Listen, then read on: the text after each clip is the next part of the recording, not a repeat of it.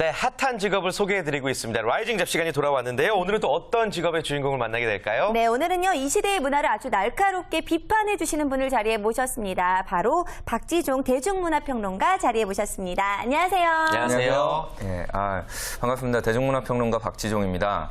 이렇게 또 좋은 자리에 불러주셔서 감사합니다. 저희도 네, 너무 감사합니다. 네. 저는 배우분이 자리해 주신 줄 알았어요. 네. 사실 그 언론상에서 이제 신문이나 또 방송 인터뷰를 통해서 뵌 적은 있는데 어떤 계기로 대중문화평론가가 되셨는지 궁금해요.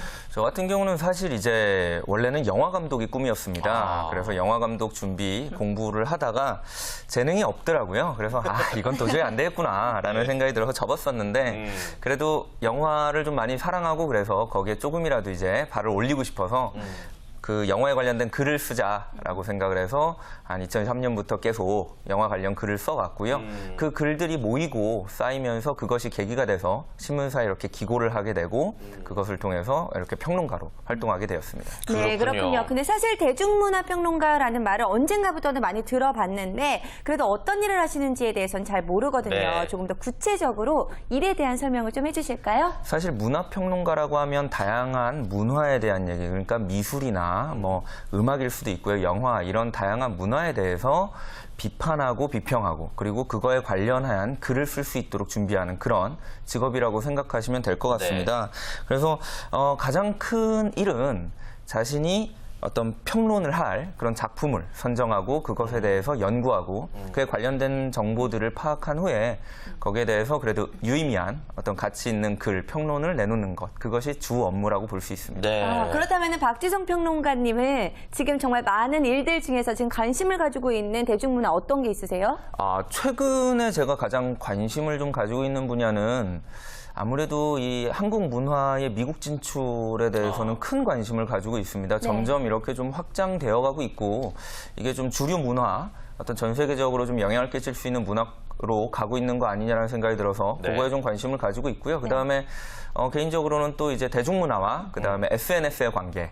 그래서 SNS가 어떤 영향을 미치고 그것이 얼마나 중요한지에 대해서 그런 것에 대해서 좀 관심을 가지고 있는 편입니다. 네, 그렇군요. 어떤 좀 시대의 흐름에 따라서 주목하는 분야가 점점 많아지고 있는 것 같습니다. 현재 국내에서 활동 중인 대중문화평론가 분들이 몇 명 정도로 추산할 수 있을까요? 사실 그걸 추산하기 힘들 정도로 많이 계십니다. 각 분야별로도 많이 계시고 그러기 때문에 수를 얘기하는 건 좀 쉽지 않을 것 같고요. 최근에는 특히 또 뭐 다양한 블로그라던가 아니면은 각 무슨 카페라든가 이런 데에서 자신만의 굉장히 아주 가치 있는 평론을 해주시는 분들도 많이 있기 때문에 그런 분들까지 포함하면 굉장히 많은 숫자가 있다고 생각하시면 될 것 같습니다. 그렇다면은 뭐 대중문화평론가가 되기 위해서는 어떤 요건이나 뭐 절차가 없이 뭐 글을 쓰고 대중문화에 관심만 있다면은 할 수 있는 건가요? 사실 뭐 특별한 자격증이 있는 것도 아니고요. 네. 그리고 어떤 자격 요건이 있는 것도 아닙니다. 그렇기 때문에 자기가 어떤 한 분야에 대해서 깊이 있게 이야기를 하고 계시는 분들은 다 평론가라고 볼 수 있는 것 같고요. 단지 이제 그분들이 직업적으로 좀 활동하시기 위해서는 어떤 다른 분들의 인정, 어떤 기관이라던가 혹은 뭐 잡지사, 신문사 등과 같이 좀 다른 분들의 인정을 받을 필요가 있고요. 또 그렇게 하려면은 아무래도 자기가 어떤 평론하려는 분야에 대해서 관심을 또 많이 가지고 계셔야 되고 관심뿐만 아니라 그것을 평론할 수 있는 지식들도 가지고 계셔야 되거든요. 글도 잘 써야 되고. 그럼요. 예. 그래서 좀 다양하게 필요한 어떤 조건들은 그래도 좀 있는 편인 것 같습니다. 그렇군요. 네. 그렇다면 대중문화평론가가 되기 위해서 혹은 꿈꾸는 친구들이 어떤 좀 유리한 전공이 있을지요? 혹은 대학을 안 나와도 가능할런지요? 대학을 안 나와도 가능할 것 같습니다. 아무래도 평론을 한다는 것은 어떤 자격 요건이 있는 건 아니니까요. 네. 그러나 이제 대학에 가서 공부를 한다면 어떤 자신이 평론하고자 하는 문화에 관계된 그런 전공들이 있을 거예요. 뭐 미술이라던가 영화라던가 이런 쪽을 하게 되면 도움이 반드시 되고요. 그다음에 아무래도 글이나 혹은 말을 통해서 전달을 해야 되기 때문에 뭐 어떤 글을 쓰는 것과 관계된 전공도 굉장히 도움이 많이 될 것으로 보입니다. 그리고 또 평론을 하기 위해서는 사실 문화 자체뿐만이 아니라 그거에 어떤 둘러싸고 있는 배경적인 지식들이 굉장히 필요하고요. 인문사회학적 지식이 참 많이 중요하거든요. 그래서 이것과 관련된 전공을 가지고 계신 분들도 아마 큰 도움이 될 것 같습니다. 네, 그렇습니다. 정말 많이 준비하고 또 노력을 해야지 또 대중문화 평론가로서 인정을 받을 수가 있을 것 같은데 그래서인지 일을 하면서 좀 힘든 순간들도 많이 있을 것 같아요. 어떤 순간에 좀 힘드신가요? 가장 힘든 거는 항상 공부해야 된다는 게 가장 힘든 것 같습니다. 아무래도 어떤 작품에 대해서 평가하기 위해서는 그 작품이 담고 있는 다양한 함축적인 의미, 그다음에 거기서 제시하고자 하는 어떤 이야기들에 대해서 깊이 있게 볼 필요는 있거든요. 그렇죠. 그렇기 때문에 어떤 주변 지식이라든가 배경 지식, 그다음에 주변 환경 이런 다양한 것들에 대한 고민 그리고 공부가 필요해서 아마 공부가 가장 어려운 것 같고요. 공부. 그리고 그 공부를 통해서 좋은 글로 또 표현해야 되기 때문에 그 글로 또 제대로 나오지 않으면 그때도 좀 많이 힘든 것 같습니다. 네, 과정들이 쉽지는 않을 것 같은데 근데 아무래도 잘하기 위해서는 많이 봐야 되잖아요. 영화나 방송 프로그램 얼마나 많이 보시나요? 예. 정말 죽을 만큼 보고요. 저희도 익히 알고 계신 건가요, 그러면? 그럼요. 네, 너무 정말 신기해요. 자주 보고 그다음에 힘든 거는 예. 사실은 제가 즐거워하고 재밌어하는 프로그램들은 그래도 즐기면서 볼 수 있는데 그쵸. 네. 저도 뭐 사람인지라 예. 개인적으로 싫어하는 재미없는 작품들이 있거든요. 근데 그런 거를 평론해야 될 경우에는 아. 참 고난되는 그런 예. 일도 있습니다.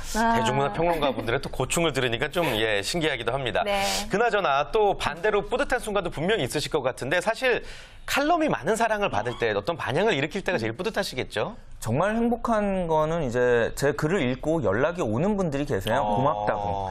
이렇게 좀 깊이 있는 글을 써주셔서 감사하다고 할 때는 정말 감사하고요. 그 다음에 남들이 하지 않았던 분야에 대해서 제가 이야기를 할 수 있었을 때, 예를 들면 예전에 한예슬 씨 같은 경우가 이제 드라마 촬영장에서 이탈하셔가지고 문제가 된 적이 있었어요. 시대의 사건이었죠. 예, 예. 그래서 많은 분들이 아니 그렇게 많은 돈을 받아놓고 이렇게 이탈하는 거는 주연 배우로서의 어떤 자격이 없는 거 아니냐 이렇게 비판을 많이 하셨었는데 저는 사실 아니 그렇게 많은 돈을 받는 주연 배우조차 도망갈 정도의 제작 환경이라면 그렇지 못한 스태프들 같은 경우에는 얼마나 힘들고 열악한 환경에서 일하고 있느냐란 그런 의문이 좀 들어서 그에 대한 지적을 한 적이 있거든요. 그거 같은 경우에는 저도 해놓고 조금 뿌듯한 그런 평론이었던 것 같습니다. 다른 혹시 관점에서 그게 보셨구나. 포털에서 메인에 뜨고 그러지 않았었어요? 그렇죠. 봤던 것 같아요. 저도 그걸 보고서 예. 사실 마음을 좀 돌렸던 맞아요. 기억이 나는데 정말 그러니까 세상에 있어서 많은 일들에 또 대중문화에 있어서 정말 큰 영향을 미치고 있는 것 같습니다. 네. 자, 그런데 아무래도 활동하면서 얼마나 버시는지가 저희는 또 이 직업적인 것이 가장 중요하기 알아봐야 때문에 되니까, 예. 보수 체계라던가 이런 것들이 또 중요하거든요. 어떻게 또 나누어지나요? 사실 이제 평론가라는 직업은 어떤 소속되어 있는 직업이 아니기 때문에 프리랜서시죠. 프리랜서이기 때문에 예. 뭐 고정된 어떤 월급은 없고요. 단지 이제 많은 평론가분들께서는 조금 이렇게 신문사라던가 이런 잡지사 같은 데 소속이 되어 있는 경우가 있기 때문에 그럴 때는 월급을 받으시고 그렇지 않을 때는 자기가 기고한 글에 따른 돈, 그다음에 네. 방송 같은 거에 나오면 이제 방송 출연료를 따로 받고 있습니다. 네. 어떤 뭐 좀 특별히 성수기와 비수기가 있습니까? 어떻습니까? 사실 특별히 성수기랑 비수기가 있지는 않지만 예. 그래도 연예계라던가 어떤 문화 전반에 대한 관심이 좀 적어드는 좀 주는 이렇게 정치 시즌이라던가 뭐 이럴 때는 조금 주는 편이 올림픽이라든지. 아무래도 그렇습니다. 그렇군요. 알겠습니다. 그나저나 대중문화 평론가 사실 어떤 분야에 대해서 평론을 한다는 것은 자격은 없겠지만 그래도 좀 소양이나 어떤 덕목을 많이 갖추고 있어야 될 것 같다는 생각이 들거든요. 대중문화 평론가가 갖춰야 될 덕목 어떻게 정리할 수 있을까요? 가장 중요한 덕목은 계속해서 공부할 수 있느냐 없느냐인 것 같습니다. 그러니까 이미 알고 있는 지식뿐만이 아니라 사회가 계속해서 변하고 있고 그다음에 작품이 담고 있는 내용이 워낙 방대하기 때문에 평론하기 위해서는 정말 많이 공부가 필요하고요. 아마 그 점이 평론가로서 가장 힘든 점이 아닐까 그런 생각도 듭니다. 네. 그렇군요. 알겠습니다. 나중에 박지정 평론가님이랑 술 한잔 하면서 좀 자세한 이야기 좀 나누고 싶다는 그런 생각도 들고요. 네. 자, 마지막으로 방송을 보면서 또 대중문화 평론가, 나는 좀 잘할 것 같은데라고 꿈을 키우시는 분들 많으실 것 같아요. 그분들에게 현실적으로 도움이 되는 조언 한 말씀 마지막으로 부탁드립니다. 사실 대중문화 평론가라고 하면 뭔가 그래도 좀 있어 보이는 직업이기도 하고 또 재밌을 것 같다라고 생각을 하실 수도 있지만 사실은 그 외에 정말 많은 공부도 필요하고요. 그리고 보이는 거에 비해서는 뭐 소득이 일정치 않다는 점 이런 것들이 있기 때문에 아마 조금 보이는 면만 가지고 시작하시기에는 위험 요소가 큰 직업이 아닐까 그런 생각이 듭니다. 정말 자기가 공부하는 걸 좋아하고 자기가 어떤 평론하고자 하는 그런 문화에 대해서 관심이 많아서 꼭 이거를 해야만 되겠다라고 생각하시는 분들만 좀 이렇게 도전하신다면 굉장히 의미 있는 그런 도전이 될 것 같습니다. 네. 자, 그렇다면 박지종 평론가님은 과연 어디까지 가고 싶으신지 이 일에 있어서 최종 목표도 궁금한데요. 사실 최종 목표라고 할 것까지는 없지만 제가 이 일을 하면서 꼭 한번 다뤄보고 싶은 부분은 이제 저희가 SNS, 디지털 미디어 시대가 되면서 어떤 SNS가 대중문화에 끼치는 영향 이런 거에 대해서 한번 제대로 좀 심도 있게 연구를 해보고 싶은 그런 욕심은 있습니다. 그렇군요. 멋있네요. 알겠습니다. 제가 또 호되게 당했던 적이 몇 번 있어서 인터뷰가 필요하시다면 언제든지 연락 주시기 바라겠고요. 네. 한번 농담처럼 말했지만 앞으로도 이 박준영 평론가님께서 대한민국 대중문화에 대한 올바른 시선과 동시에 또 남다른 시선을 많이 보여주시기를 바라겠습니다. 오늘 말씀 감사합니다. 네, 감사합니다. 감사합니다.